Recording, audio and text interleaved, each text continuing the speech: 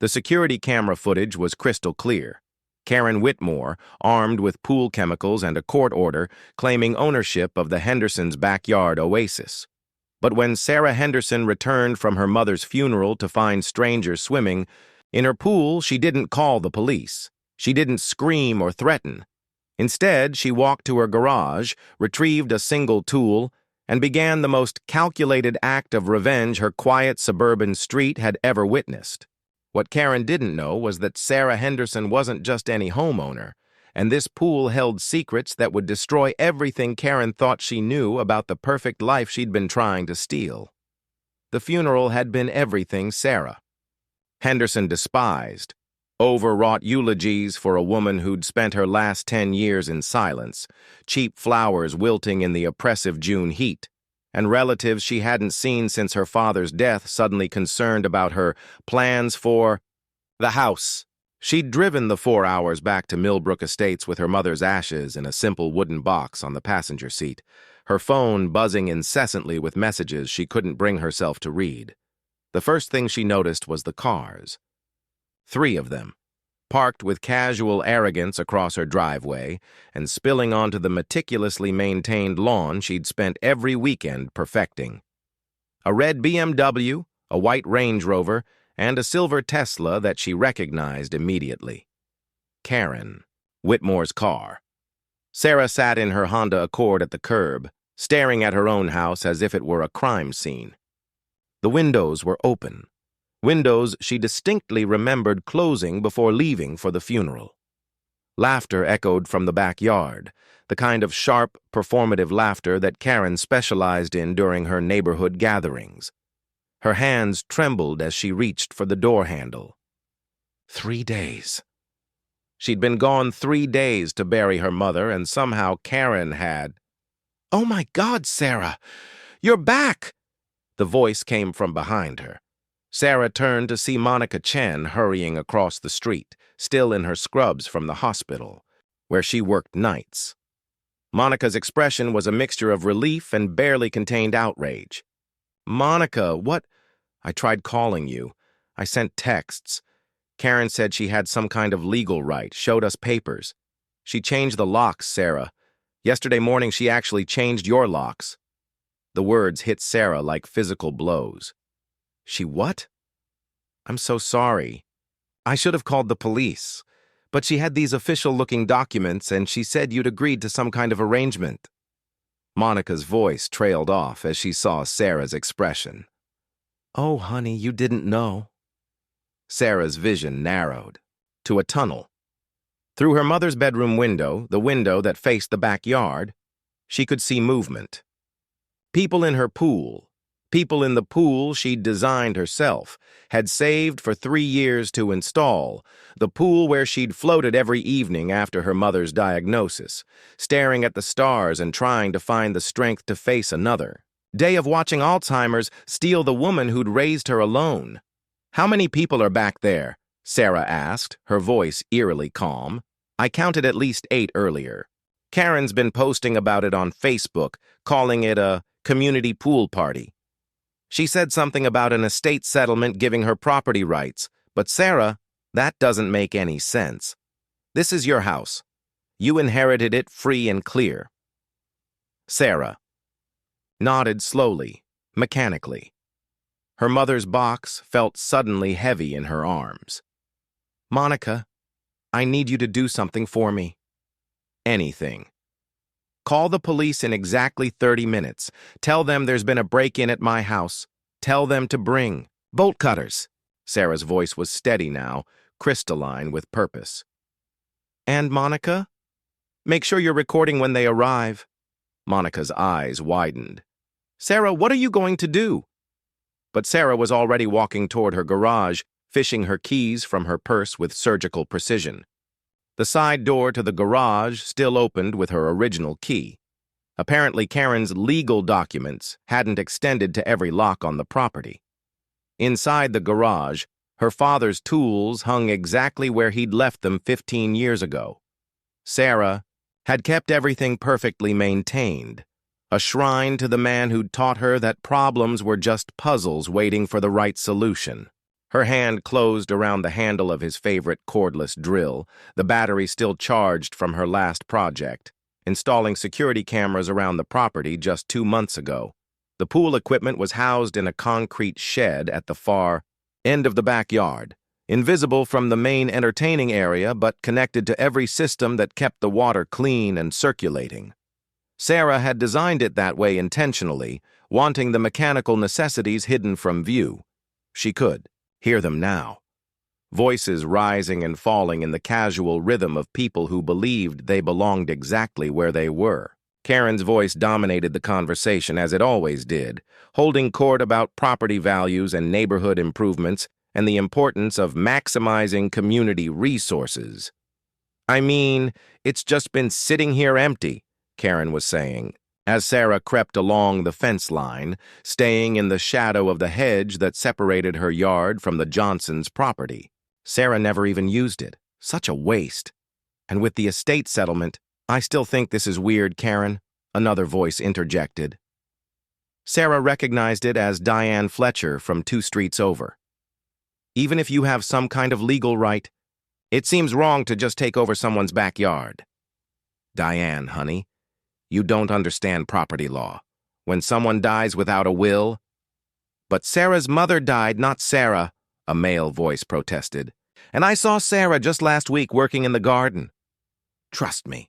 Karen's voice was sharp with authority. "I know exactly what I'm doing." Sarah reached the pool shed and knelt beside the main circulation pump. The drill felt familiar in her hands, an extension of her father's guidance even now.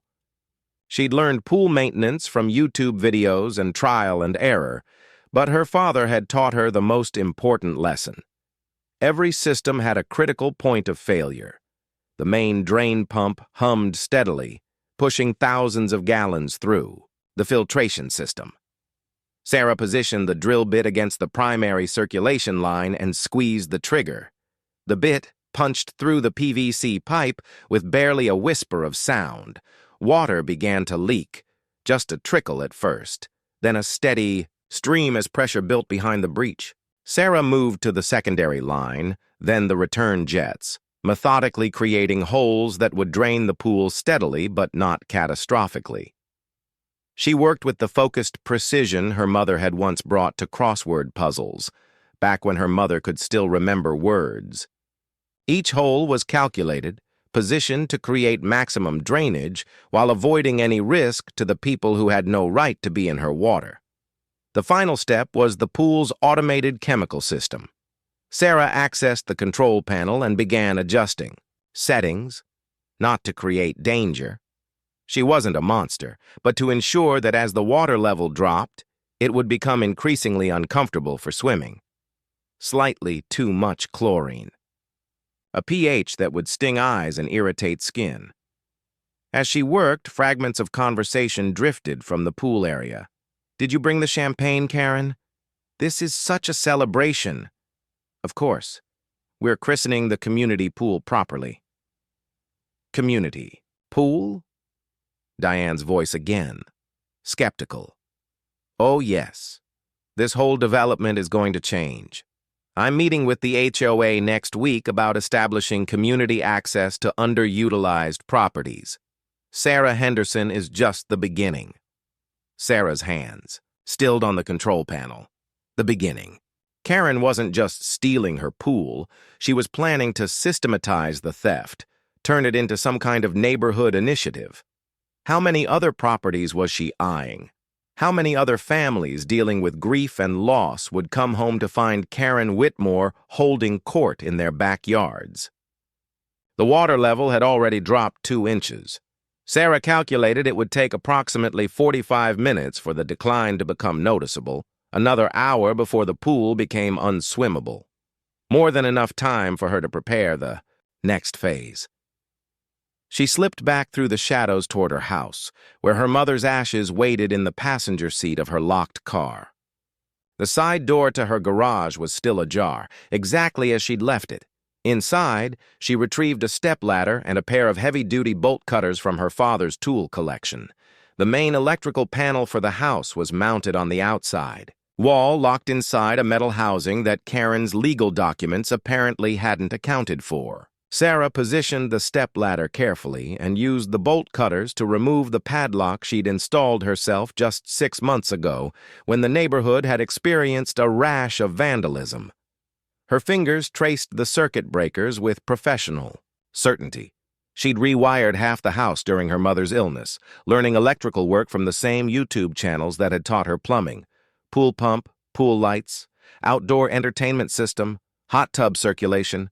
She flipped each breaker with deliberate precision. In the backyard, the sudden silence was profound. The gentle hum of filtration systems died. The underwater lights that made the pool glow like a jewel went dark. Even the sound system that had been playing soft jazz went quiet. "What the hell?" Karen's voice carried clearly in the sudden stillness. "Did we blow a fuse?" someone else asked. "This is probably just old wiring," Karen said, but Sarah could hear uncertainty creeping into her tone. "I'll get it fixed tomorrow. It's all part of the renovation plans." Sarah smiled. She'd fallen asleep on her living room couch, still wearing yesterday's funeral clothes, her mother's ashes clutched against her chest like a shield. The hammering came in measured, deliberate strikes, the rhythm of someone who knew exactly what they were doing. Through her front window, she could see a white pickup truck parked where Karen's BMW had been the night before. A man in work clothes was installing something on her front door, his back turned to the street. Sarah grabbed the baseball bat her father had kept beside the front door and stepped outside, every muscle in her body coiled with yesterday's adrenaline. "Excuse me?" she called out. "What exactly are you doing to my house?" The man turned around, revealing a weathered face and kind eyes behind safety glasses. "You must be Sarah. I'm Tom Rodriguez from Millbrook Security. Detective Morrison asked me to come out first thing this morning." He gestured to the splintered door frame. "Figured you might want this secured before you head to work."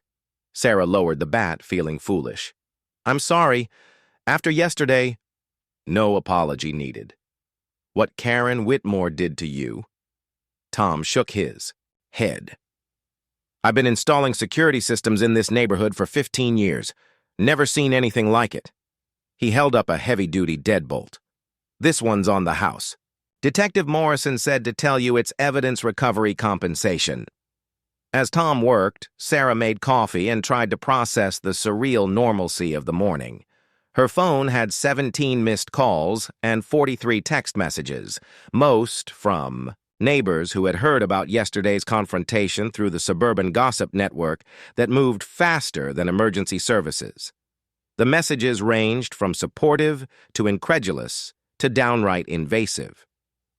Mrs. Patterson had sent a shaky voice. "Memo thanking Sarah for saving my home from that terrible woman." Monica had texted updates on Karen's arrest throughout the evening. Apparently, she'd been denied bail due to flight risk concerns. But it was the message from Detective Morrison that made Sarah's coffee cup freeze halfway to her lips. "Sarah, need to meet this morning. Found something at Karen's house. You're going to want to see this. Can you be at the station by 9 a.m.? Sarah checked the time, 7:30 a.m. She had just enough time to shower and change into clothes that didn't smell like chlorine and desperation. Tom finished installing the new lock just as Sarah was gathering her keys. "There's one more thing," he said, pulling a small device from his toolbox. "Motion-activated camera for your back gate. Detective Morrison was very specific about that." "Why the back gate?" Tom's expression grew serious. "Because Karen Whitmore wasn't working alone." The Millbrook Police Station was a modest brick building that Sarah had never had reason to visit. Detective Morrison met her in the lobby, looking like he'd been up all night. His usually neat appearance was rumpled, and he carried a thick manila folder that seemed to weigh him down. "Sarah, thank you for coming in. I know this is difficult timing, but we need to move fast." He led her down a hallway lined with administrative offices. "When we searched Karen's house last night, we found a lot more than we bargained for." He opened the door to a small conference room where boxes of evidence were stacked on every available surface. File folders, computers, phones, and what looked like architectural plans covered the central table. "Jesus," Sarah whispered. That was my reaction, too. Morrison pulled out a chair for her. "Sarah, what Karen did to your property was just the beginning. We think she was running a multi-million-dollar operation targeting distressed properties across 3 counties." He opened the manila folder and spread out a series of photographs. Sarah recognized her own house in several of them, but there were dozens of others, homes throughout the region, all photographed with the same clinical precision. Each of these properties belonged to families dealing with some kind of crisis: death, divorce, deployment, medical bankruptcy, elderly care. Morrison pointed to notations written in Karen's handwriting on each photograph. She had a system.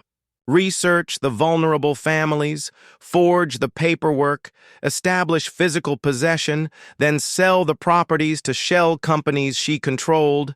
Sarah studied the photographs with growing horror. "How many houses?" "We've identified 47. Properties so far. Total value approximately $8 million. Morrison pulled out another folder. "But here's the thing that's going to interest you most." Inside the folder was a detailed floor plan of Sarah's house, marked with handwritten notes about structural modifications and subdivision potential. Below that was a sales contract between Millbrook Community Development LLC and something called Whitmore Holdings, dated for next week. "She was going to sell my house to herself?" Sarah asked. "For $300,000 below market value. Then Whitmore Holdings was going to demolish it and build 3 townhouses." Morrison leaned back in his chair. "Sarah, if you hadn't come home when you did, if you hadn't fought back the way you did, your childhood home would have been gone within a month."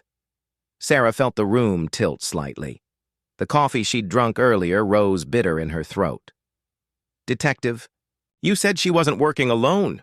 Morrison nodded grimly and opened another box. This one contained what looked like business correspondence, emails, contracts, meeting notes. Karen had partners: a real estate attorney named Marcus Webb who specialized in expedited estate settlements, a contractor named Dave Sullivan who handled the quick flips, and a financing company that provided bridge loans for the purchases. He spread out a series of email printouts. Sarah could see her own name mentioned repeatedly, along with references to the Henderson acquisition and Phase 1 completion bonus. "Webb is already in custody. We picked him up at his office this morning." Morrison's expression was grim. "But Sullivan is still in the wind, and Sarah, this is where it gets complicated for you." "What do you mean?" Morrison pulled out a final folder, this one marked with red tape. "Dave Sullivan is the contractor who installed your pool." The words hit Sarah like a physical blow. "What?" 3 years ago, when you had the pool built, you hired Sullivan Construction. According to these records, that's when Karen first identified your property as a target. Sullivan fed her information about your family situation, your mother's illness, your financial situation. Morrison's voice was gentle but relentless. "Sarah, they've been planning this for 3 years. Sarah stared at the evidence spread across the table, trying to process the betrayal. Dave Sullivan had seemed like a decent man, professional, respectful, understanding when she'd explained that the pool was partly therapeutic for her mother's condition. He'd even given her a discount, claiming he lived in the neighborhood and wanted to support local families. "The pool," she said slowly. "My pool was part of their plan? We think Sullivan installed some kind of monitoring equipment when he built it. Hidden cameras, maybe listening devices. They needed to document your family's routines, your vulnerabilities, your legal situation." Morrison opened his laptop and turned it towards Sarah. "This is from Karen's computer. Video files labeled with dates going back 2 years. On the screen, Sarah could see herself floating in her pool on a summer evening, talking on the phone with her mother's doctor about prognosis and care options. The camera angle was perfect, the audio crystal clear. Every private moment of grief and stress recorded and cataloged for Karen's criminal enterprise. Sarah felt violated in a way that went beyond simple theft. They watched me grieve. They watched me take care of my mother. They turned my sanctuary into a surveillance system. Sarah, I know this is overwhelming, but we need your help. Sullivan is still out there, and we have reason to believe he's planning to destroy evidence. Maybe even retaliate against you for exposing the operation. As if summoned by Morrison's words, Sarah's phone buzzed with an incoming text from an unknown number. You made a mistake yesterday. Some things can't be fixed with a drill and good intentions. Morrison read the message over her shoulder and immediately called for backup. Within minutes, the conference room was full of officers, coordinating surveillance and protection protocols. Sarah, we're going to put an officer at your house, Morrison said, and I need you to stay away from your property until we locate Sullivan. No, Sarah's voice was firm. That pool contains 3 years of surveillance footage. If Sullivan is planning to destroy evidence, he's going to my house, and I'm going to be there when he arrives. Morrison started to protest, but Sarah cut him off. Detective, that man violated my privacy, exploited my grief, and helped orchestrate the theft of my home. He recorded my mother's last months and used her illness against us. Sarah stood up, gathering the evidence photos. I'm not running from him. I'm going to help you catch him. Sarah arrived home to find Officer Janet Reyes parked in her driveway, radio crackling with periodic check-ins. The surveillance plan was simple. Sarah would go about her normal routine while plainclothes officers monitored the property from concealed positions. If Sullivan showed up, they would arrest him for trespassing and search him for evidence. But Sarah had her own plan. She spent the afternoon in her backyard, ostensibly cleaning up from yesterday's confrontation, but actually studying every inch of her pool with new eyes. If Sullivan had installed surveillance equipment, she was going to find it. The pool was still drained to about 2 feet. By 8:45, 17 families had gathered on her front lawn, armed with coffee, pastries, and a collective fury that had been building since news of Karen's operation spread through the community. Mrs. Patterson arrived with a rolling walker and a manila folder thick with documents. The Johnsons had driven back from the base where they'd been visiting their deployed son. Even the reclusive Mr. Kim from the corner house had emerged from his perpetual gardening to join the group. Monica Chen stood beside Sarah, holding a laptop and looking like she'd been up all night. I've been digging into property records, she announced without preamble. Karen's operation was bigger than the police know. Sarah looked around at her neighbors, people she'd exchanged polite waves with for years but had never really known. The explosion had changed something fundamental in the neighborhood dynamics. Fear had a way of stripping away suburban politeness and revealing what people were really made of. Before we start, Sarah said, raising her voice to address the group, I want everyone to know that Detective Morrison will be joining us in about an hour. This isn't just a community meeting anymore. It's part of an active criminal investigation. Mrs. Patterson raised a shaky hand. Sarah, dear, I need to tell you something. About my late husband's will. The group fell silent. Mrs. Patterson's husband had died just 6 months ago after a long battle with cancer, leaving her alone in the large colonial house where they'd raised 3 children. 2 weeks ago, a lawyer came to my house, said there were problems with Robert's will, that I might not have clear title to the property. Mrs. Patterson's voice was barely above a whisper. He had official-looking papers, new details about Robert's illness, our medical bills. He said he could help resolve everything for a small fee. Monica looked up from her laptop. What was the lawyer's name? Marcus Webb. The name hit the group like a physical blow. Sarah felt her stomach drop. Mrs. Patterson, did you sign anything? I gave him power of attorney to review the estate documents. He said it was just temporary, just to straighten out the paperwork. Tears began running down Mrs. Patterson's cheeks. He was supposed to come back yesterday to finalize everything. Sarah knelt beside Mrs. Patterson's walker. "The good news is that Marcus Webb was arrested yesterday morning. He won't be coming back to bother you ever again." But as she spoke, Sarah realized the full scope of what they were dealing with. Karen's operation hadn't just targeted properties, it had created a pipeline of vulnerable families, each one softened up by legal intimidation before the theft began. Mr. Johnson stepped forward, his military bearing evident even in civilian clothes. "Sarah, my wife and I received similar contact. Someone called claiming to be from the base legal office, saying there were issues with our home ownership while I'm deployed, wanted us to sign temporary documents for military family protection."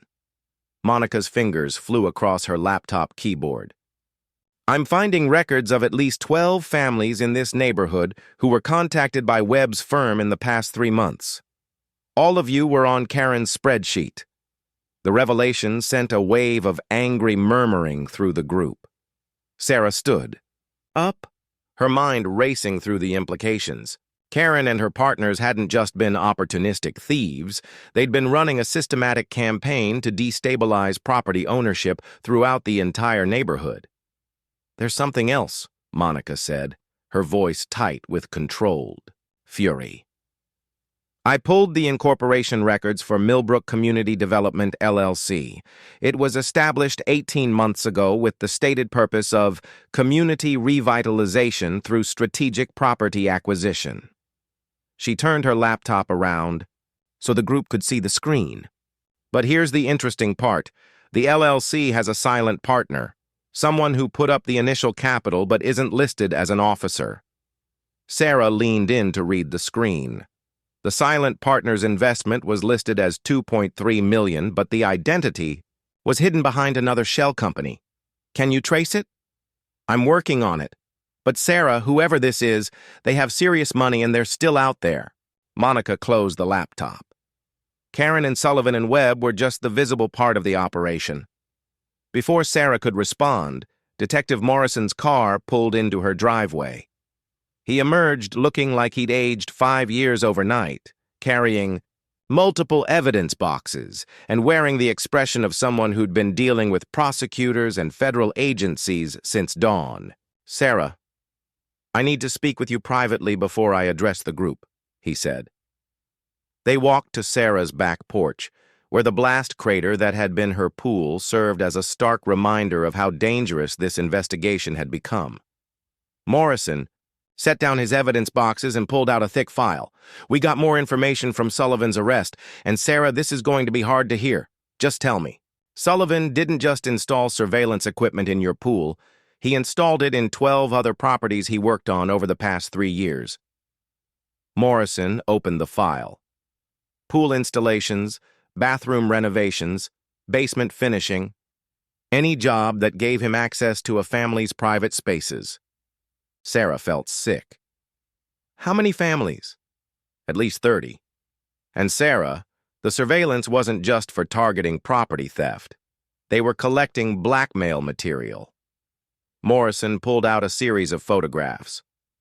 Compromising photos, private, conversations, financial information, medical records, anything that could be used to coerce people into signing documents or keeping quiet about the operation. The scope of the violation was staggering. Karen's enterprise hadn't just stolen property, it had weaponized the most intimate aspects of people's lives.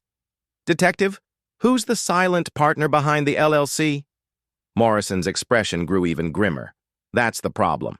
The shell companies trace back to an offshore account that's been laundering money for 3 different criminal enterprises. This isn't just local real estate fraud. It's part of something much bigger." As if summoned by their conversation, Sarah's phone rang. The caller ID showed her insurance company. "Ms. Henderson, this is Janet from Millbrook Insurance. I'm calling about your pool damage claim." "Yes, I filed the report yesterday." "I'm afraid there's been a complication. Our investigation shows that the explosion was caused by an illegal modification to your pool equipment. Since you performed unauthorized work on the circulation system, we're denying your claim for the damage." Sarah felt her jaw drop. "Unauthorized work? Someone tried to blow up my house?" I understand your frustration, but our engineers found evidence that you drilled holes in the circulation pipes. That constitutes a material alteration to the system which voids your coverage. Sarah looked at Detective Morrison, who had overheard enough of the conversation to understand what was happening. "Ma'am," Morrison said, taking Sarah's phone. "This is Detective Morrison with Millbrook Police. The explosion at Ms. Henderson's property was part of a criminal investigation. The damage to the circulation system was caused by the perpetrator, not the homeowner. I'll need to see police reports documenting that claim."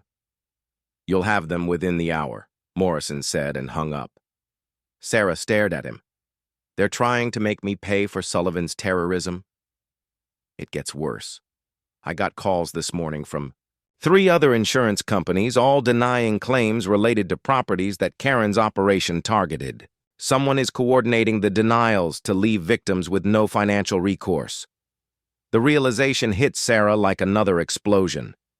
The silent partner, someone with influence over insurance companies. Morrison nodded. "We think the insurance fraud is how they've been covering their tracks. Families lose their homes to structural failures or maintenance issues. Insurance claims get denied, and the properties end up in foreclosure where Karen's shell companies can buy them cheap." Sarah walked to the edge of her blast crater, looking down at the twisted metal and broken concrete that had been her sanctuary. The insurance denial meant she was facing tens of thousands of dollars in repair costs on top of everything else she'd lost. But as she stood there, surrounded by the evidence of Karen's betrayal and Sullivan's violence, Sarah felt something crystallize inside her chest. Not despair, determination. She walked back to Detective Morrison. "I need you to do something for me." "What?" "I need you to gather every family that was targeted by this operation. Not just in our neighborhood, all of them across the 3 counties. "I want a meeting." Morrison looked skeptical. "Sarah, this is an active federal investigation now. The FBI is taking over most of the case." "Then they can come to the meeting, too." Sarah's voice carried an authority she didn't know she possessed. "Detective, these people didn't just steal our property. They turned our homes into surveillance networks. They weaponized our grief and our privacy. They tried to gasoline bomb me in my own backyard." She gestured toward the group of neighbors still gathered on her front lawn. "And now they're using insurance companies to make sure we can't even rebuild what they destroyed." Morrison was quiet for a long moment, studying Sarah's face. "What exactly are you planning?" "I'm planning to make sure this never happens to anyone else." Sarah pulled out her phone. "And I'm planning to get our homes back." The meeting Sarah organized took place 3 days later in the gymnasium of Millbrook High School. What started as a gather, she woke to the sound of her security system screaming and the acrid smell of smoke. Through her bedroom window, she could see orange light dancing across the garage where her father's tools still hung in perfect order. The building that housed 15 years of memories and the evidence boxes from Karen's operation was fully engulfed in flames. Sarah grabbed her phone and her mother's ashes and ran barefoot across her yard toward the street, dialing 911 as sirens already began wailing. In the distance, behind her, the garage roof collapsed with a sound like thunder, sending sparks spiraling into the night sky. "This is Sarah Henderson at 247 Maple Street. Someone set fire to my garage." "Ma'am, fire department is already en route. Are you injured?" "No, but—" Sarah stopped mid-sentence as she noticed the cars parked across the street. 3 black SUVs with tinted windows, engines running, positioned with clear sight lines to her house. As she watched, one of them pulled away slowly, deliberately, making sure she saw them leave. "Ma'am, are you still there?" "Yes. I need you to send police, too. This wasn't an accident." Detective Morrison arrived just as the fire department declared. The garage, a total loss. Sarah sat on Monica Chen's front steps, wrapped in a borrowed robe, watching the smoldering ruins of her father's workshop. Every tool that had taught her self-reliance was gone. Every box of evidence they hadn't yet. Transferred to federal custody was Ash. Sarah, I'm sorry, Morrison said, sitting beside her. The arson investigator found accelerant residue and a professional incendiary device. This was a message. From who? Karen's in jail? Sullivan's in jail? Webb took a plea deal. Morrison was quiet for a long moment, staring at the smoking debris. From whoever doesn't want you to keep pushing this case. Sarah's phone buzzed with a text from an unknown number. Beautiful fire. Stop the lawsuit or next time it's the house. She showed the message to Morrison, who immediately called for a trace and additional security. But Sarah was already past fear, moving into something colder and more calculated. Detective, I need to ask you something, and I need you to be completely honest with me. What? How many federal agents have been reassigned off this case in the past week? Morrison's expression confirmed what Sarah had already suspected. 3. And Agent Martinez was transferred to a terrorism task force in Seattle. Sarah nodded grimly. Meridian Financial has better lawyers than we thought. Sarah, maybe it's time to consider backing down. Your house, the lawsuit, your safety. No. Sarah's voice carried a finality that surprised even her. They just made their biggest mistake. She stood up, brushing ash from her robe, and looked at the ruins of her garage. Detective, that garage contained my father's entire workshop. Tools he bought when I was 5 years old. The workbench where he taught me that every problem has a solution if you're willing to work for it. Monica emerged from her house with coffee and a laptop. Sarah, I've been monitoring news feeds all night. You need to see this. She turned the laptop screen towards Sarah. The headline read, Local Woman's Fraud Claims Disputed Investigation. Reveals History of Insurance Scams. The article, published in 3 different regional newspapers simultaneously, painted Sarah as a troubled individual with a history of filing false insurance claims. It cited unnamed sources claiming she had deliberately damaged her own pool, staged the explosion, and fabricated evidence against respected local businesswoman Karen Whitmore. This is bullshit, Morrison said, reading over Sarah's shoulder. Every word of this is fabricated, but it's professionally fabricated, Sarah replied. This is what a multi-billion-dollar defense strategy looks like. Monica scrolled down to show more articles, all published within hours of each other. Sarah, they're not just attacking your credibility. Look at this. The second wave of stories focused on other families from the gymnasium meeting.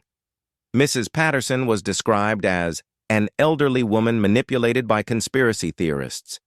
The Johnsons were painted as military fraudsters seeking to profit from their deployment. Every family that had spoken publicly about their experiences was being systematically discredited. Sarah's phone rang. Rachel Torres, the investigative journalist. Sarah, we have a problem. My editor just killed the Meridian Financial story. What? Why? Legal pressure. Meridian's attorneys delivered a cease and desist order claiming everything we planned to publish was defamatory. My editor doesn't want to fight a legal battle against their resources. Sarah felt the walls closing in. Rachel, what about the evidence? The documents? The surveillance footage? Evidence that was conveniently destroyed in a garage fire this morning? Rachel's voice was bitter. Sarah, I believe you. But without physical proof, this story becomes he said she said against a corporation that can afford to sue us into bankruptcy. After Rachel hung up, Sarah sat in silence as Monica and Detective Morrison exchanged worried glances. The systematic destruction of her case was happening faster than she had thought possible. Evidence destroyed, witnesses discredited, media silenced, federal investigators reassigned. Sarah, Monica said gently, maybe it's time to take the settlement offer. What settlement offer? Morrison pulled out a legal document that had been delivered to the police station that morning. Meridian Financial is offering to settle all property claims for full market value plus damages. Every family gets their money back, no questions asked. The only condition is that everyone signs non-disclosure agreements and drops all criminal complaints. Sarah read through the settlement terms, which were genuinely generous. Every family would be made financially whole. The legal battle would end. Everyone could rebuild their lives and move on. It was the kind of offer that a reasonable person would accept. "How much?" Sarah asked. "For your property? $600,000? Market value plus damages for emotional distress and the garage fire." Sarah looked at the smoking ruins of her father's workshop, at the blast crater where her pool had been, at the boarded windows of the house where she'd nursed her mother through her final illness. $600,000 would let her start over anywhere. Buy a new house, build a new pool, replace her father's tools. She could disappear into a normal life and leave this nightmare behind. "Detective, if I take this settlement, what happens to the families who haven't been found yet? The ones who don't know they're being targeted?" Morrison was quiet for a long moment. "The operation continues. Maybe more carefully, but it continues." Sarah folded the settlement offer and handed it back to Morrison. "Then I guess we're not taking the money." Sarah. "No." Sarah stood up, her decision crystallizing with absolute clarity. "They burned down my father's workshop because they're afraid of what he taught me, that every problem has a solution if you're willing to work for it." She looked at Monica. "How good are you with computers?" "Pretty good." "Why?" "Because we're going to solve this problem the way my father would have. We're going to build something they can't burn down." The plan Sarah developed over the next 48 hours was elegant in its simplicity. If Meridian Financial could use their resources to silence traditional media and intimidate federal investigators, Sarah would go around them. She would build a crowdsourced investigation that was too distributed to destroy and too public to ignore. Working from Monica's kitchen table with borrowed laptops and a determination that bordered on obsession, Sarah created something that had never existed before: a real-time, crowd-funded database of property theft that invited victims to upload their own evidence directly to a secure server. She called it the Home Defense Network. Monica handled the technical infrastructure, setting up encrypted communications and anonymous tip systems that would be difficult for corporate lawyers to shut down. Sarah focused on outreach, contacting every family from the gymnasium meeting and asking them to recruit others. The response was immediate and overwhelming. Within 12 hours of launching the website, they had documented evidence of similar operations in 17 states. Photos of forged documents, recordings of intimidating phone calls, screenshots of suspicious insurance denials. The pattern was always the same: target vulnerable families, steal through paperwork, silence through intimidation. But it was the video that changed everything. Mrs. Patterson had been more tech-savvy than anyone realized. When Marcus Webb visited her house to pressure her into signing fraudulent documents, she had recorded their entire conversation on her iPad. In the video, Webb explicitly laid out Meridian Financial's business model. "We identify distressed properties, create legal confusion about ownership, and acquire them below market value. The insurance denials are just cost control. Why pay claims when legal pressure can eliminate them?" Sarah uploaded the video to the Home Defense Network at 2 a.m. on a Tuesday morning. By Wednesday evening, it had been viewed 2.3 million times. By Thursday, congressional offices were receiving calls demanding investigations. By Friday, the FBI announced that federal agents who had been reassigned from the Meridian case were being reassigned back.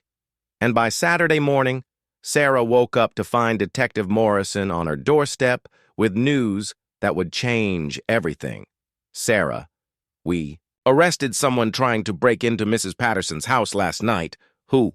6 months later, Sarah Henderson stood in her completely rebuilt backyard, watching the final construction crew install underwater lighting in her new pool.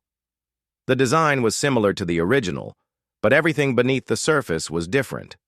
Reinforced walls, redundant safety systems, and most importantly, no hidden cameras or surveillance equipment.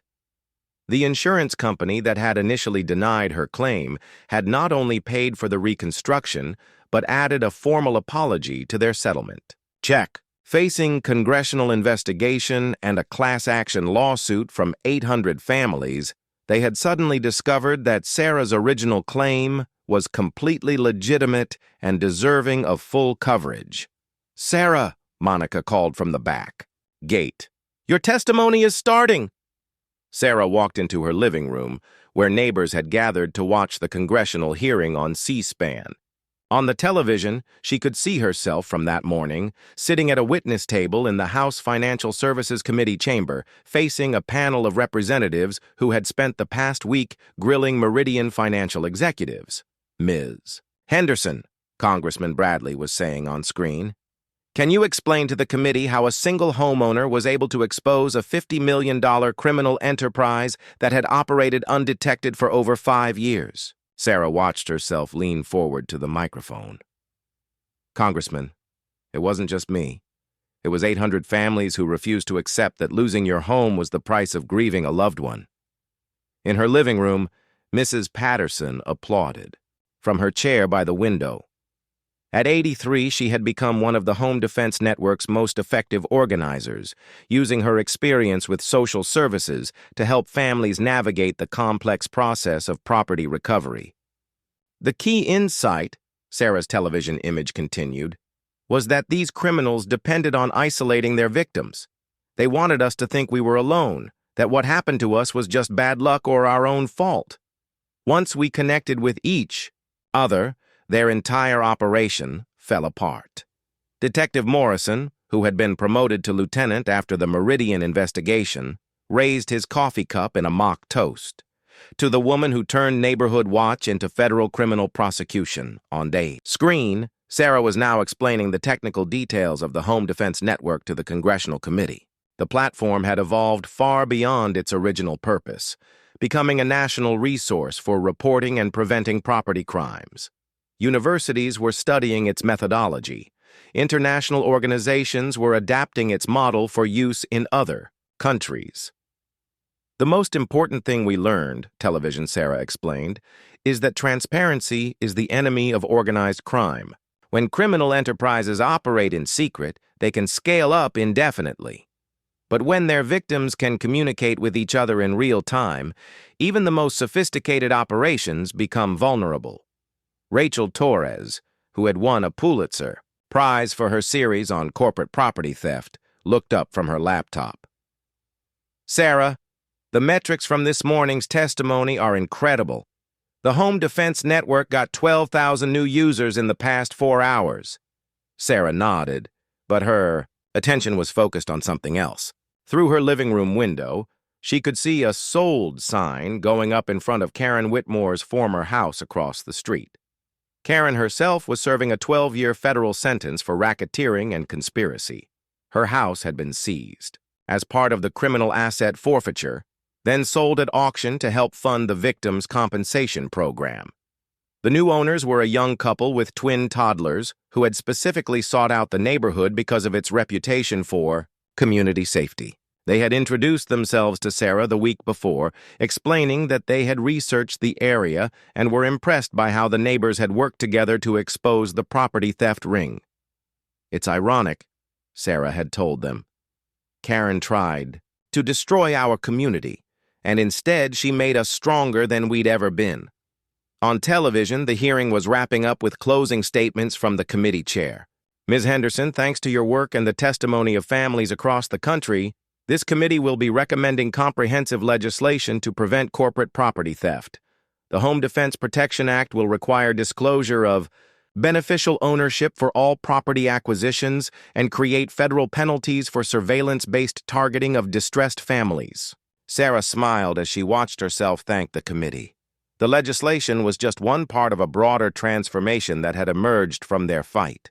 Real estate law schools were now teaching courses on property crime prevention. The FBI had created a specialized unit for investigating corporate theft operations. Even insurance companies had adopted new protocols for verifying claims related to distressed properties. But the change Sarah was most proud of was happening right here in her own neighborhood. Sarah, called Mr. Kim from the kitchen, where he was helping Monica organize food for the evening's celebration. The Johnsons are back from Washington. They want to know if they should bring anything for dinner. The Johnsons had testified before the Senate committee the day before, sharing their experience as a military family targeted by property criminals. Their testimony had been particularly powerful, leading to new protections for deployed service members and their families. "Tell them just to bring themselves," Sarah replied. "We have everything we need." As the congressional hearing ended, Sarah's neighbors began trickling out to return to their own homes and prepare for the evening's gathering. It had become a tradition. Monthly neighborhood dinners in Sarah's backyard, partly social and partly organizational meetings for their ongoing community safety work. Sarah walked outside to check on the pool construction. The water was crystal clear, reflecting the late afternoon sun like a perfect blue mirror. Tomorrow, the final safety inspection would be completed, and she would be able to swim in her own pool for the first time in 8 months. Her phone buzzed with a text from Detective Morrison. "Sarah, wanted you to know that Dave Sullivan was sentenced this morning. 25 years federal prison for domestic terrorism and racketeering. He'll be 72 when he gets out." Sarah read the message and felt a complex mix of satisfaction and sadness. Sullivan's expertise with construction and surveillance had made him valuable to Meridian's operation, but it had also made him dangerous when the operation began to collapse. The explosives found in his truck could have leveled half the neighborhood if his plan had succeeded. Another text arrived, this one from Agent Martinez. "Congratulations on today's testimony. The Bureau wants to know if you'd be interested in consulting on other corporate crime investigations." Sarah considered the offer as she walked around her pool, inspecting the new construction. The invitation was flattering, and the work would certainly be meaningful. But as she looked at her restored backyard, at the house where she had nursed her mother and buried her father's memory in the ashes of his workshop, Sarah realized that her most important work was already complete. She had saved her home. She had protected her neighbors. She had exposed a criminal enterprise and created a system to prevent others from experiencing the same violation. Most importantly, she had proven that grief didn't make people weak. It made them fierce. Sarah's phone rang. Monica's voice was excited. "Sarah, you need to see the news. The European Union just announced they're implementing a version of the Home Defense Network across all member countries." "Really?" "They're calling it the Property Protection Initiative. Apparently, similar operations were happening in Germany, France, and Italy. Your model is going global." As Sarah ended the call, she realized that her personal fight for justice had evolved into something far beyond what she had ever imagined. The network that started in her mother's bedroom, built on borrowed laptops and desperate determination, was now protecting families on multiple continents. The sun was beginning to set as Sarah's neighbors returned for the evening celebration. Mrs. Patterson arrived with a homemade apple pie and a folder full of correspondence from families across the country who had been helped by the Home Defense Network. The Johnsons brought their youngest son, who had returned from his deployment to find his family's home safe and his parents recognized as heroes in congressional testimony. Even Mr. Kim, who had been the neighborhood's most private resident, had become an active participant in their community safety initiatives. His background in computer programming had proved invaluable for maintaining the technical infrastructure of the Home Defense Network. As everyone gathered on Sarah's patio, she realized that Karen Whitmore's attempt to exploit their neighborhood had accidentally created the strongest community any of them had ever experienced. They knew each other's vulnerabilities now, but also each other's strengths.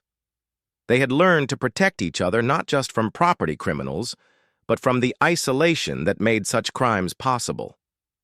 "Sarah," Mrs. Patterson said, raising a glass of lemonade, "I want to make a toast." The group fell quiet, gathering around the elderly woman who had become their unofficial community matriarch. "6 months ago, we were just neighbors, polite strangers who waved from our driveways and complained about snow removal. Mrs. Patterson's voice was steady despite her age. Today, we're family. We're a community that criminals fear and lawmakers respect.